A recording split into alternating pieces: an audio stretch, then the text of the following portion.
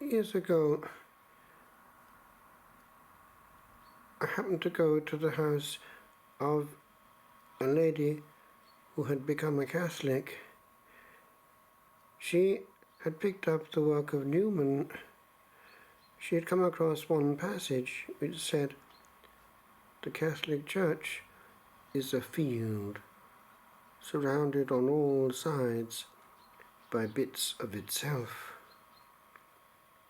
She closed the book, went over to the local Catholic presbytery and asked for instruction. She then became a great fan of the Birmingham Oratory and wanted me to get in contact with it.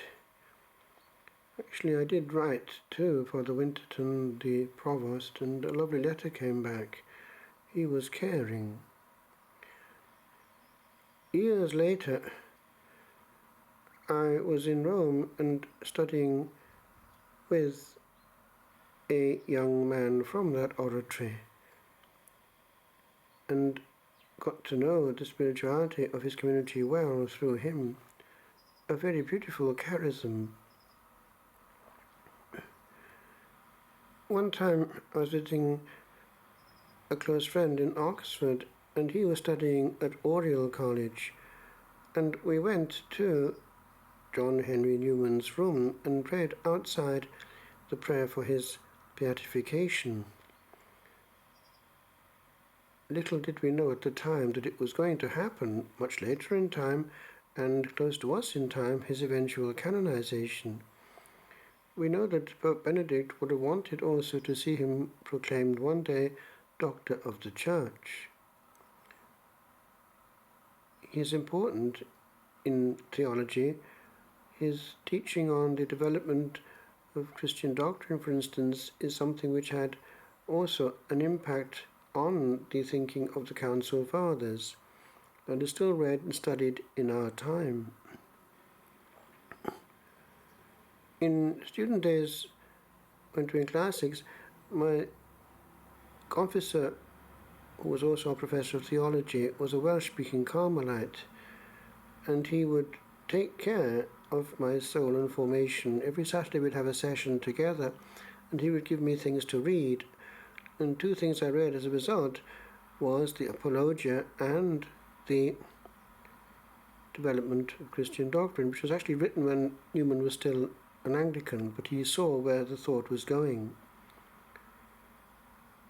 Years later in time, here in Ireland, after ordination, I was celebrating in the church that he had built in Dublin, the present University Church, with his chalice and probably vestments as well. It was in the old rite. It was very moving. There is a fascination about the oratory, and he, in his foundation in Birmingham, did transmit the true spirit of St. Philip Neri. He was very close to his people.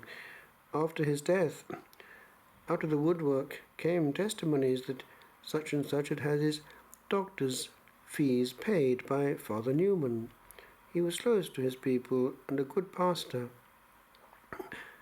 It seems also that he was very much aware of the importance of liturgical beauty, and with that in mind, he himself learned to play the organ and was involved in directing the choir, making sure that it was as the Lord wanted it.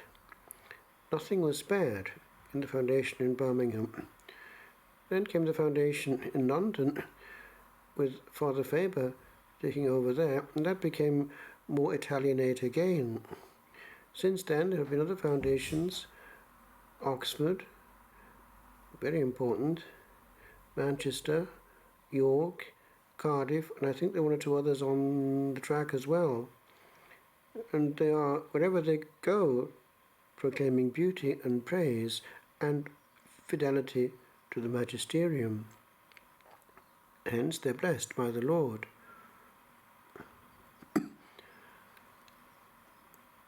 The work of Newman has its value, not only actually in theology, but also in prose and poetry, because he was a very fine English writer, one of the last great ones in the old noble high English style.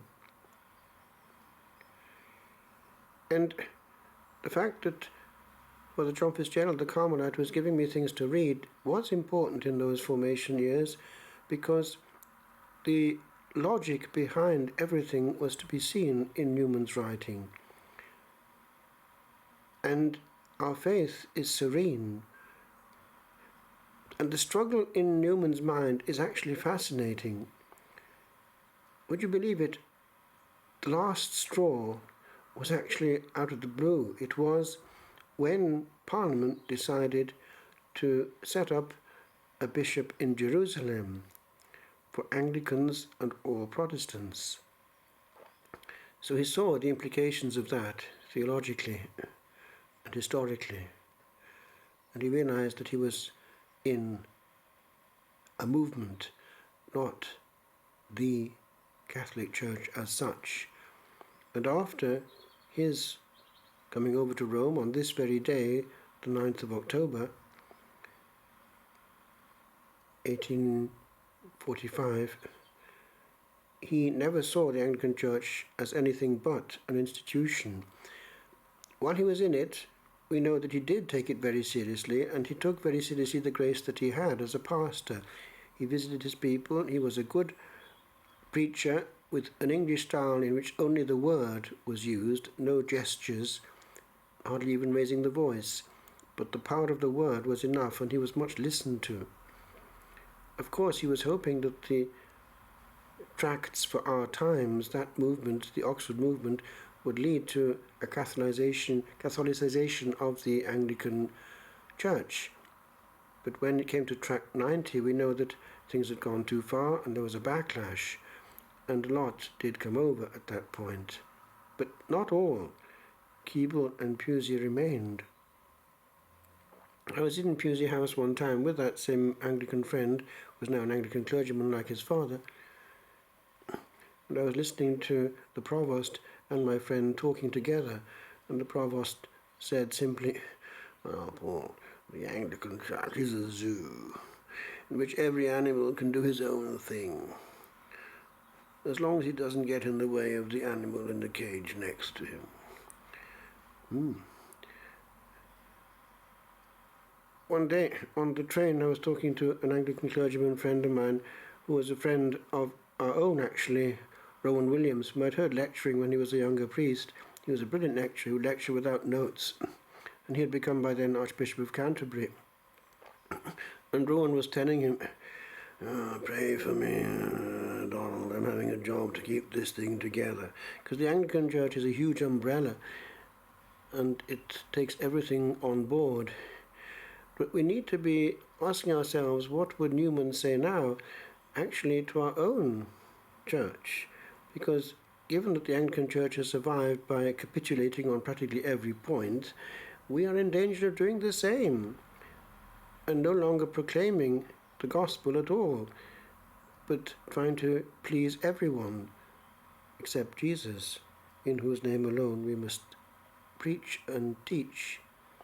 For our faith, as Newman pointed out, is logical, and truth is not divided or blurred.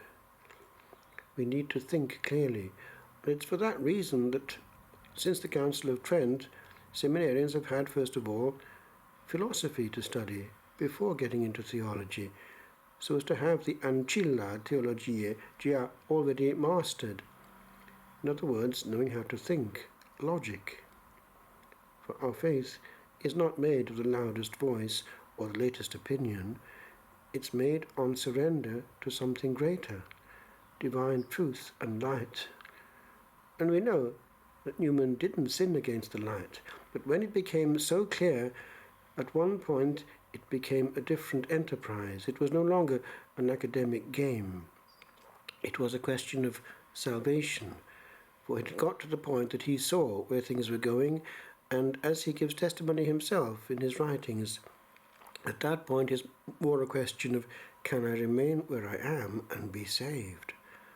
Indeed, it is that the fundamental question.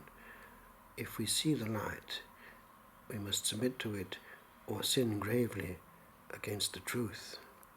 Sins against truth are gravissimum. They are most serious. Omnis generis sui, in all their kind. Therefore, to sin against the light and to bring others into that darkness is to have a lot to answer for one day. So even if it's painful, we must always follow the clear light that we see and not compromise. I was moved when celebrating with Newman's chalice, and I wrote these afterwards. The university church is still there. He was head of the university that he'd founded from 1854 to 1858 when he returned to his own oratory in Birmingham. And he would have hoped, and we see that coming through in his writings, that it would one day develop into an oratory, but it hasn't done so. However, the church is a beauty in the heart of academic Dublin. So I wrote this, remembering also his motto, cor ad cor loquitur, heart speaks to heart. Lead, kindly light. There are some moments marked with other things that are not made of earth, whose worth is such that unto wandering seconds something clings, which all the hours to be can calmly touch. I have stood there, where stood a heart I know, and held that held a hand, still loud in poise.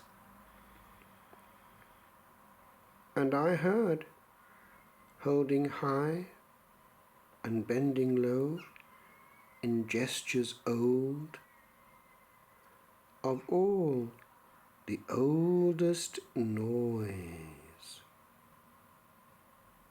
For silence is the language of this place, and hurriedness holds still, for there's a while for waste in halted haste beneath this face, that thou, my friend, dost see there where the smile is not of but an angel, but of him whom here, here, thou too didst palp, all dim.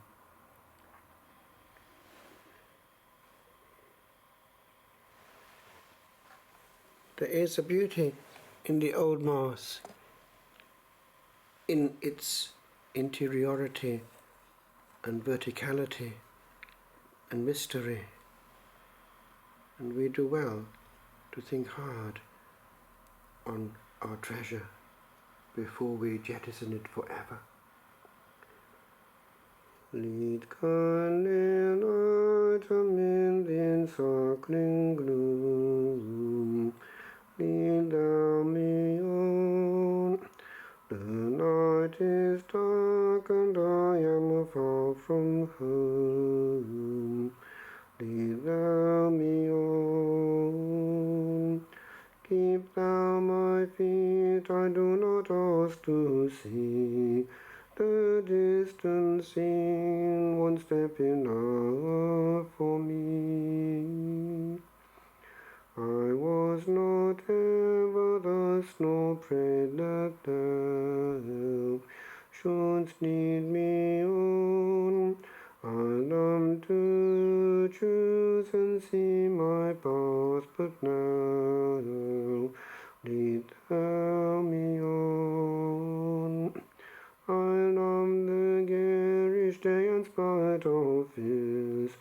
Pride rule my will, remember not past years. So long thy power hath blessed me, show it still will lead me on, o'er moor and fen, o'er crag and torrent till the night is gone. And when the morn those angel faces smile, which I have long, long since and lost awhile.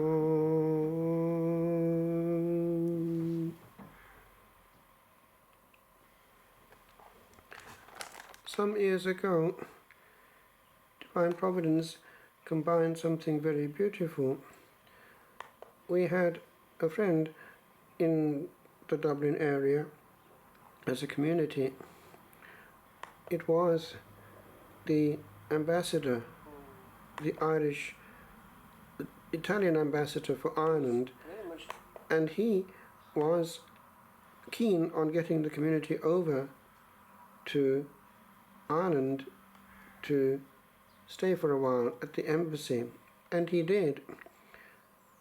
I was already actually here in Ireland, but the community came over, and it was the last time that we were together as a community, for I was already here under the Bishop of Meath by then, but it was a very fraternal occasion, and we sang Vespers in Latin in the church that Newman had founded.